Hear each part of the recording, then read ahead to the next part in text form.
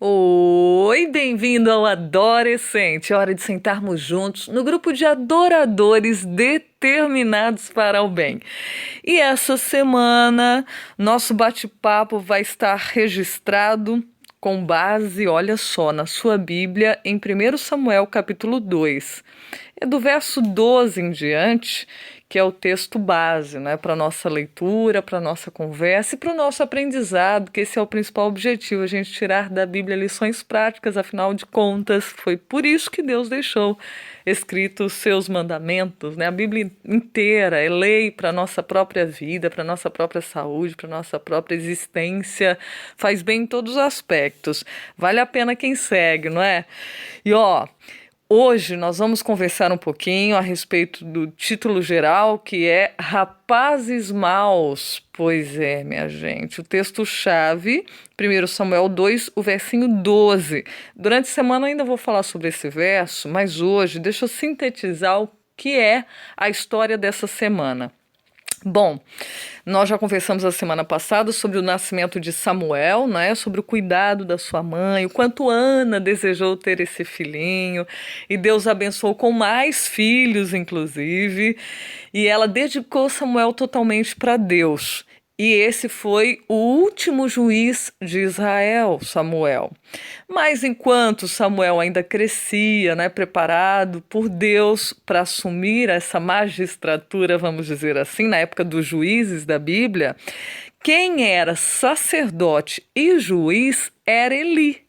Né? Então, Eli que estava lá no templo, Eli que inclusive recebeu Samuel quando foi desmamado, Eli que ensinava as coisas do templo para Samuel, ele era o professor, ele era o pai, diz que amou demais a Samuel, só que Eli tinha dois filhos, Hofni e Finéias. E esses dois filhos, totalmente diferentes de Samuel, diz aqui o título, eram rapazes maus. Nós vamos acompanhar aqui o que eles faziam de maldade e que desagradou demasiadamente a Deus, né? Então, assim, veja que é interessante lermos no Escolhidos, o capítulo é o 56 dessa semana, eu vou mandar fotinho, tá? Do anterior e dessa semana. É a continuidade da história. E aqui mostra que, na verdade, Eli deveria ter orientado os filhos. Olha, gente, a responsabilidade, né, que você tem nas mãos quando é dada para você uma função. Quando é para você e mais ninguém. Aqui está falando de pai para filho, mas às vezes você tem uma responsabilidade aí no trabalho, responsabilidade, né, profissional, responsabilidade de tarefa. E é sério, quando você recebe essa incumbência, viu? Agora, na questão da educação de Eli para com seus dois filhos, tanto a Bíblia quanto o livro Escolhidos traz aqui, né, a clareza que ele tinha, consciência que ele tinha em relação a educar os seus filhos e orientá-los nos caminhos de Deus para que eles não fossem do jeito que eram, desobedientes, irreverentes, né? Eles tiravam o que não era para tirar, começaram a enriquecer ilicitamente. Eles se depravavam com mulheres no templo, ó, pensa aí dentro da igreja. É sério, hein? E veja, filhos de sacerdotes, de um líder espiritual, e não só um líder espiritual, ele era um juiz também. Ele precisava, com justiça, administrar a nação, né? E é interessante que o livro Escolhidos fala que ele tinha grande influência sobre as tribos de Israel, no entanto, não governava bem a própria casa. Quer dizer, era um bom administrador fora na empresa, né? Vamos colocar assim nos termos atuais.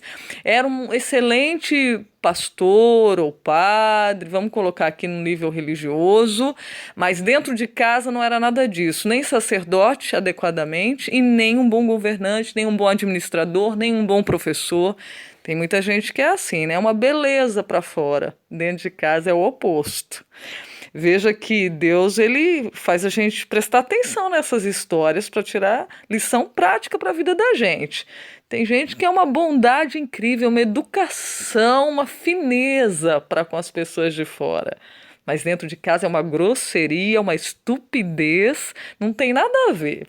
É outra pessoa. Eu lembro de uma colega que uma vez ela falando do próprio pai, né? Me contando, nós éramos estagiárias ali juntas, e ela falando: Nossa, meu pai é maravilhoso, eu amo meu pai no trabalho dele, eu odeio meu pai dentro de casa.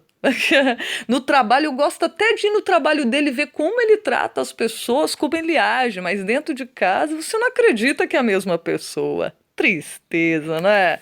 Então, vale uma reflexão. Como é que somos no lar e como é que somos fora? É claro que em casa a gente tem mais liberdade de falar, mas isso não significa que não devemos administrar, inclusive, nossos ímpetos também dentro de casa, assim como a gente para, né? Às vezes, por causa das questões sociais, a gente não é do mesmo jeito lá fora, e Deus precisa nos ajudar nisso. Esse foi o erro de Eli. Ele era excelente para a nação e péssimo para casa. E interessante que a gente vai ver na sexta-feira que ser péssimo dentro de casa influenciou negativamente toda a nação. Já pensou? É, é bom para a gente observar, né? E olha, uma das correções que Deus dá aqui em relação a como Eli deveria proceder é o seguinte: diz que os filhos de Eli faziam as coisas já erradas desde pequenininho. Ele recebeu orientação que era para educá-los e ele não queria contrariar os filhos, gente. Olha só, diz aqui claramente que ele não queria contrariar e não queria aplicar nenhuma punição nos filhos, né? Corrigir. Hoje tem muitos pais que filhinho dá tapinha na cara e acha engraçadinho, não corrige, ou então leva para outro extremo. Corrige de forma agressiva, violenta. Deus não quer nem uma coisa nem outra. Ele não quer nem espancamento, nem violência, nem na voz e na questão física mesmo, e nem também deixar de lado, sem repreensão, sem correção, sem punição. Só que olha como Deus é incrível, né? Deus orienta aqui, eu achei interessante, que eu vou fazer questão de ler esse pedacinho, assim, ó. Diz aqui o Livro Escolhidos, na página 359. Eli deveria ter tentado, em primeiro lugar, corrigir o mal com medidas suaves. Está falando o mal que os filhos faziam desde pequenos, hein? Mas se estas não resolvessem, deveria ter disciplinado o erro com atitudes mais severas. E olha como a autora do livro fala aqui, gente. Eu termino pensando com você a respeito disso. Nós somos tão responsáveis pelos males que poderíamos ter impedido por meio de autoridade paterna ou pastoral, como se nós mesmos os tivéssemos praticado. Atenção, líderes religiosos, líderes do lar, né? Aonde quer que você tenha essa responsabilidade, não se esqueça que se você não corrige, se você não repreende com amor, mas faz com seriedade e firmeza aquilo que está nas suas mãos, na sua atribuição, né? Fazê-lo, você está incorrendo no mesmo pecado, no mesmo crime, diríamos assim. E eu lembro, né? Eu vi um vídeo na internet rodando aí de uma mãe que estava num ônibus e um filho entrou para assaltar o ônibus, né? Acho que no México, se não me engano. E mostra o vídeo, o rapaz com a arma na mão, e ela pegou o chinelo e dá-lhe no menino, dentro do ônibus, né? Então, assim, veja que um filho com esse comportamento, se o filho é ladrão e o pai não educou e a mãe não educou a não roubar, ele está cometendo o mesmo crime que o filho. Ele é um ladrão, de acordo com o que Deus está ensinando. Por quê? Porque a responsabilidade foi dada para o pai, para a mãe. É claro que se o pai e a mãe educou, instruiu e ele escolheu outro caminho, a responsabilidade sai da mão dos pais e vai para a própria pessoa. Deus é justo, né, gente? Então aqui está uma educação de Deus para nós e uma chamadinha de atenção. Presta atenção, porque se você é responsável por algo, você está incorrendo no mesmo crime se você deixar de lado para não se incomodar, como diz muita gente por aí, né? Se não é incômodo agora, vai ser muito mais sério, muito mais grave no futuro. Pior para você, para todo mundo junto, para mim, né? Se não aplicarmos aquilo que Deus está ensinando para o bem de todos. Isso que é incrível. Fica por aqui o Adorecente de hoje, lembrando que juntos somos adoradores determinados para o bem. Que assim seja. Até a próxima. Tchau, tchau.